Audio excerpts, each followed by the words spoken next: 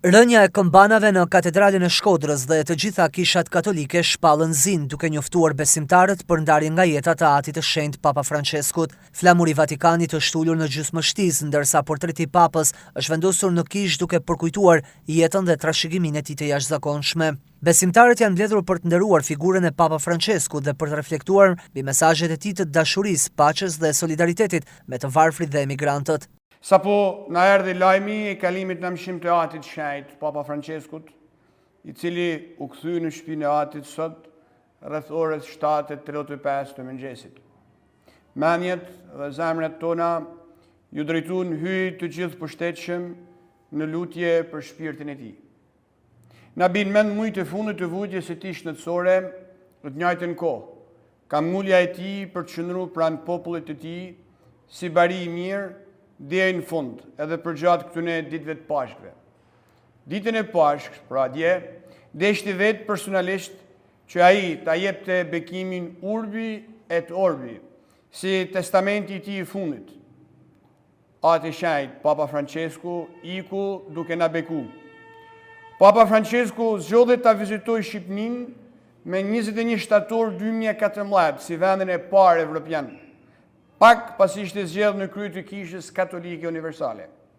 Në atë vizitë, të gjithë kujtojmë fjalën e tij e më pas për kujdesin e tij të vazhdueshme për Shqipërinë.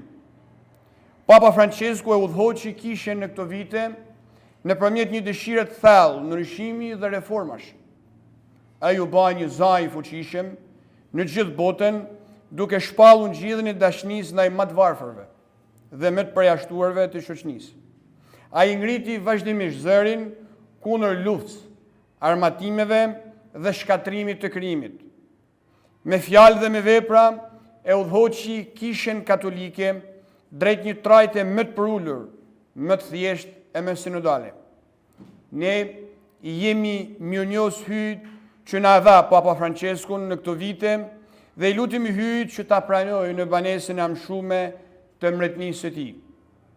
Si i peshvejt të Kishës Katolike në Shqipëni, falenderojmë gjithë ata që në këto momente na gjenden pranë në mënyra e forma të ndryshme. U bajmë thirrje të gjitha komuniteteve dioqezane, famulljtare, rregulltare e çdo besimtari që të luten për Papa Franceskun.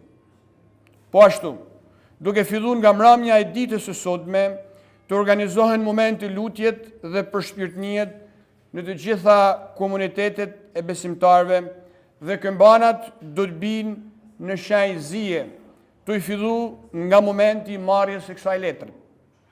Krishti e pas në Paris Papa Franceskun e dhasht dritën e amshume. Papa Francesku ndroi jetë në moshën 88 vjeçare, sipas një deklarate të Vatikanit, ai mbylli syt në 21 prill në rezidencën e tij në Casa Santa Marta. Lajmi për vdekjen e tij u bë i ditur nga kardinali Kevin Farrell përmes një deklarate zyrtare.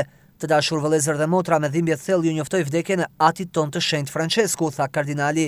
Lajmi për vdekjen e Papa Franceskut ka tronditur komunitetin ndërkombëtar me besimtarët që tashmë janë mbledhur në Vatikan për të bërë homazhe.